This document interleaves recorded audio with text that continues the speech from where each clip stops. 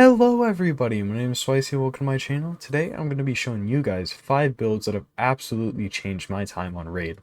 Whether it's PvP or PvE, these builds have absolutely carried me through my recent time in Raid with the different metas and how things are changing, the different content that's coming out. But yeah, so these are my 5 builds. And before you click off the video because you see the champions, you see Foley stats, don't I would be explaining them all in great detail to tell you why these builds matter and how you can do something very similar. So we have Foley, Armands, Mighty Uko, Ancora, and Padrig. So first I'm going to be showing you guys Foley, the champion that's probably built the best, probably the most insane gear out of all of them, and tell you a bit more about it. So when it comes to Foley, we're going to be looking at a block revive damage dealer. This could be like I've shown you, Foley, this could be Phoenix, this could be a Nithwi, this could be, I mean, even Rhonda in a way, because what we're trying to counter. This could for sure be a Queen Eva. This could be any of these damage dealers that are going to block revive so you don't have to deal with the other people's nukers. I have Foley built in Lethal, Savage, and then one of each Protection, Stone Skin, and Supersonic. He is at 7.2k attack, 286 speed, 305 crit damage, and he is fully booked, has 4-star Soul Reap, and going down into Helm Smasher. So, what does this have to do with your account? This build is just showing you an idea of something you could do with a champion to counter people like Wukong, people like Georgids, people like Xenas, just these champions that are really squishy, that are a really big problem, that if they're block revived, obviously they're not going to be a problem anymore.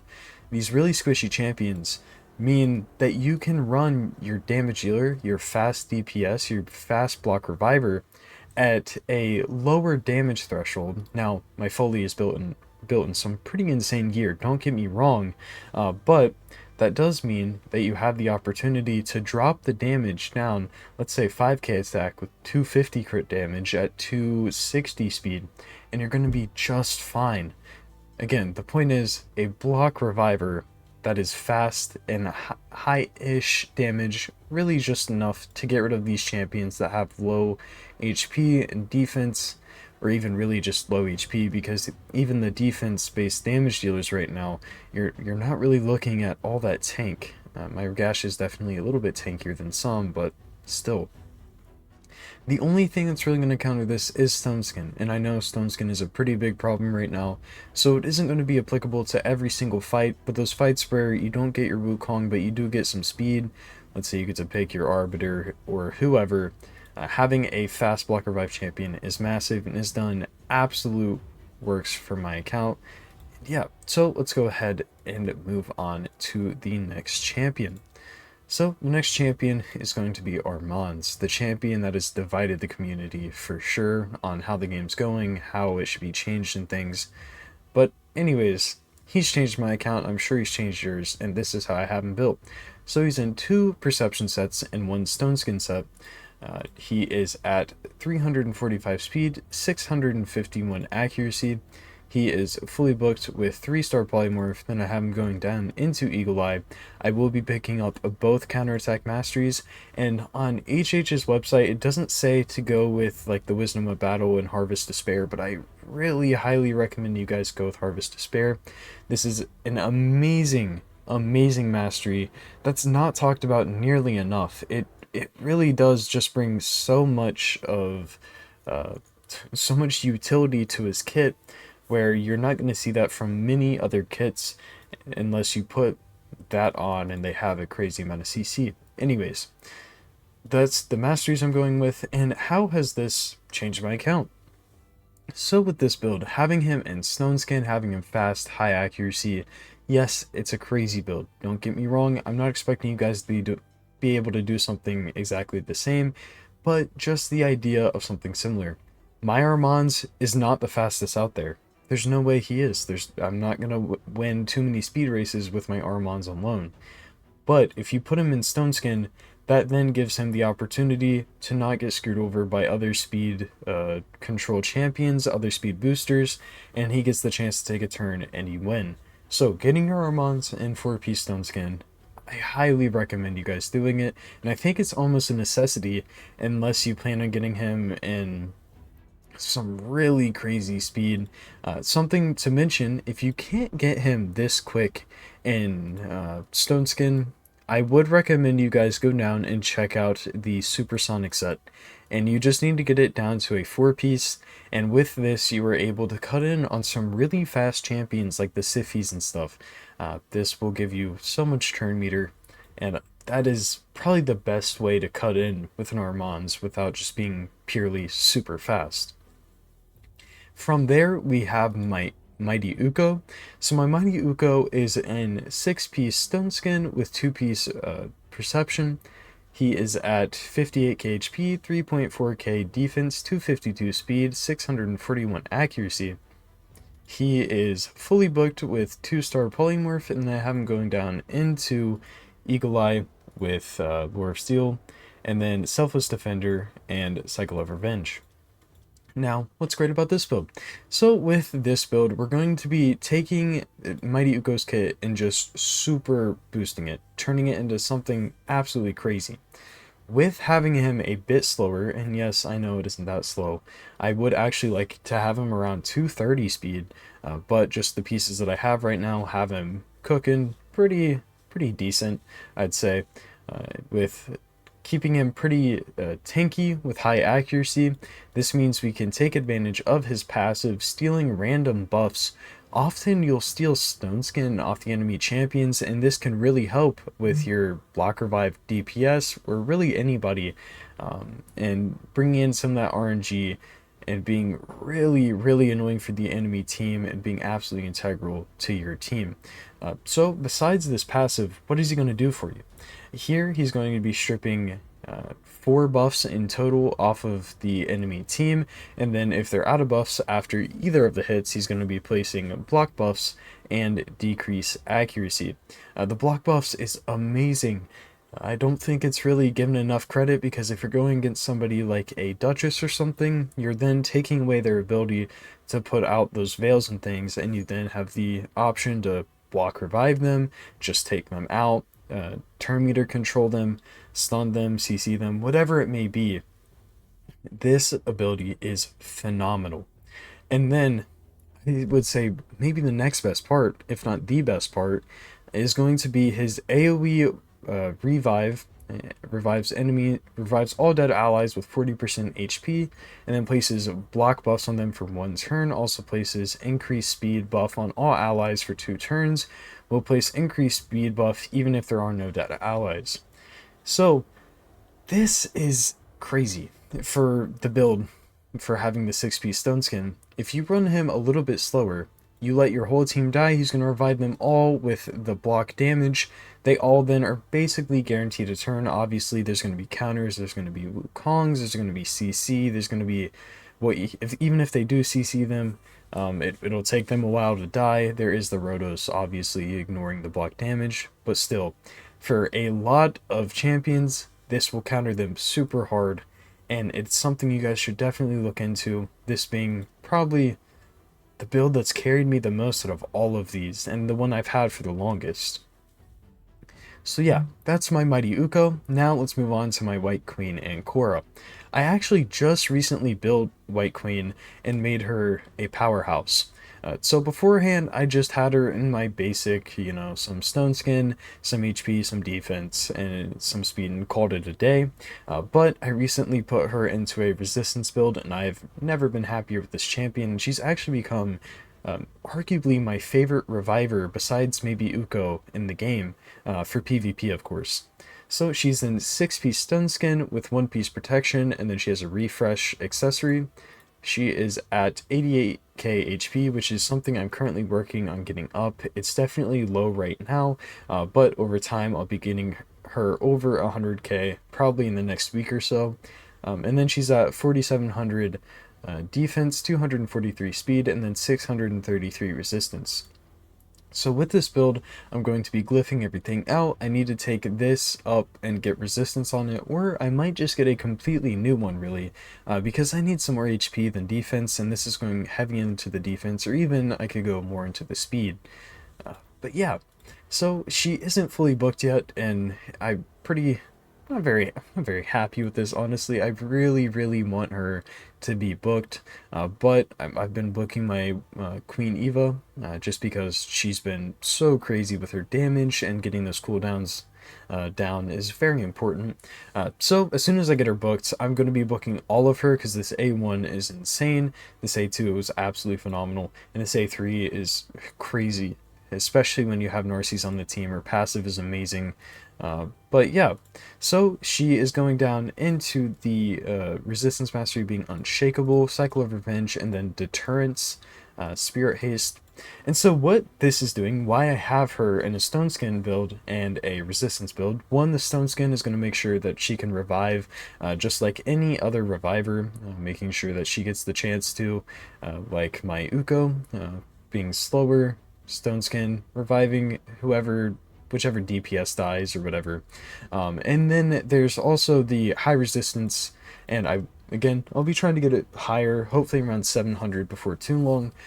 But what this does is when we're getting CC'd, when she's taking that CC, she then has the chance to get rid of the CC by having a resistance check.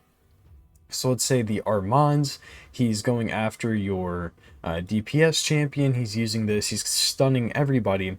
The champion with the highest crit damage on your team is then going to get it taken off by Ancora, and then Ancora is then going to resistance check it and say, hey, is this going to get onto me? If obviously if they pass the check and it lands on her, then she gets the CC, or then she gets the lockout, or whatever it may be. It doesn't take lockout, I shouldn't have said it that way, it does not take lockout, but having the resistance makes sure that she doesn't get locked out. But yeah, so taking the CC off of your nukers, then making sure she doesn't get it, just in case there's some weird interaction with, hey, they get some weird stuff if they get CC'd or something. It's just very nice to have. And with the reviving and resetting, that's really where I found the resistance to be important, is against some lockout champions. But yeah, I've fumbled on a little bit with this one, sorry about that. But yeah, so with Grand Oak Padri, this being my next and final build I'm going to be showing you guys. I'll also be taking all these champions into arena, possibly a live arena fight at the end of this, just to show you why they're so good. But yeah, over this past weekend, I decided to make Grand Oak Padri my fastest champion. The reason being is his kit is just so insanely strong. He's setting up everybody, not just one type of champion, which is what you see. It's very rare you'll see any champion set up more than one type, but he's setting up your attack-based damage dealers, your defense-based damage dealers, your supports with increased accuracy. He's then putting out an amazing TM boost with some debuff removal, increased speed, ally attacking. Everything's amazing for his kit, and he's also not being chosen as often as your arbiters and your siffies. So I have him at 392 speed. I know it's not the best speed ever, but it's the best I could do with my gear right now, and it's working phenomenally. This is how far I've gotten his mastery so far. Further than my live arena video, still not far enough though. I think I'll be running him down into Timely Intervention. I also plan on getting Cycle of Revenge, or I could end up going the double counterattack, just to make sure that he's resetting the allies' skills. But yeah, again, he's just my speed booster. There isn't any special thing about this build exactly. If I were to have these stats in any specific set, I'd definitely be going with a 9-piece protection. That's the best set for him. Best sets, I don't know. That's the best way to build him. But yeah, that's the best I could do. And let's go ahead and check them out in the live arena. Because, well, this is really where I've been using them. This is why I've changed so many of my builds. And let's see what we can get done. Another OC member. Alright, so I'm going to start up with my Armands. It's like you basically have to do that. You don't really have any other choice anymore. Had a cough there, okay. We have a Siphi and a Taras. So here I'm going to be going with Ancora and Narcisse.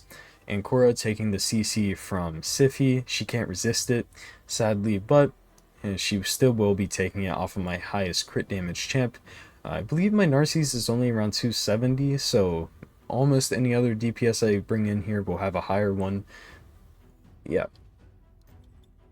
Oh goodness, okay. Looking at banning the Warlord so far, we...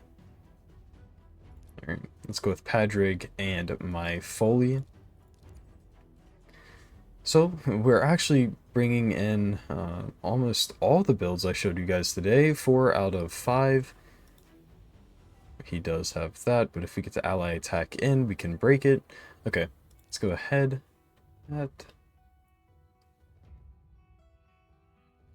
The one thing about Padrig is that he is not going to be bringing in a speed lead. So if you guys don't have too many speed leads, do keep that in mind.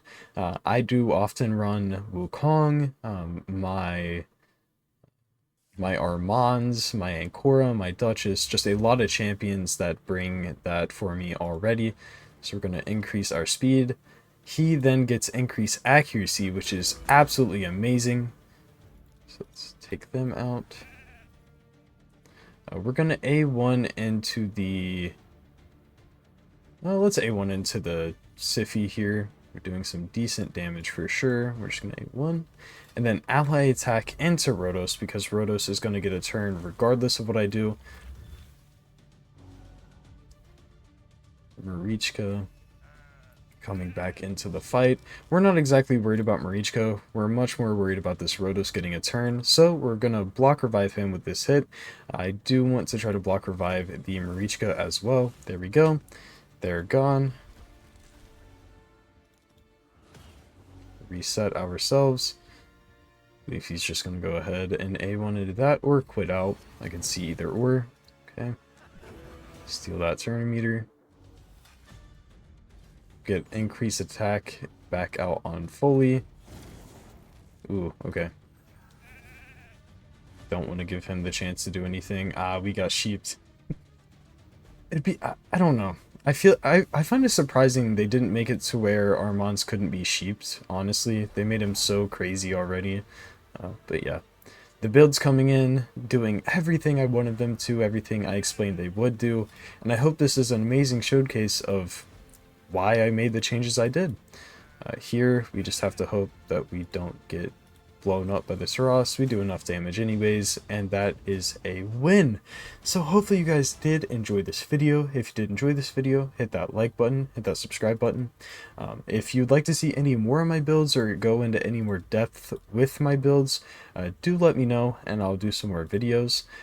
As we end this video, I'm going to do a little showcase of my Uko and why I haven't built to show you guys why I haven't built the way I do. But yeah, if you guys would like any advice or things, join my Discord. There's a bunch of people that love giving out advice, learning, talking to each other, showing each other some builds and things. And it's an amazing environment. And I highly encourage you guys to join. Well, let's go ahead, grab our Foley and our Padrig. And you know what? We'll just throw in Ancora too, because these are all the champions I wanted to show you guys anyways. Let's do this. Uko bringing in that speed lead for Padrig is pretty awesome. Here we can go ahead and do this. Block revive. Everybody got block revived. If anybody were to die here, Uko would go in and revive them, or he'd just full team strip. My Foley is just built pretty insane. But that is the strength of a block revive champion. Again, thank you guys for watching. I'll see you on the next one. Peace out, guys.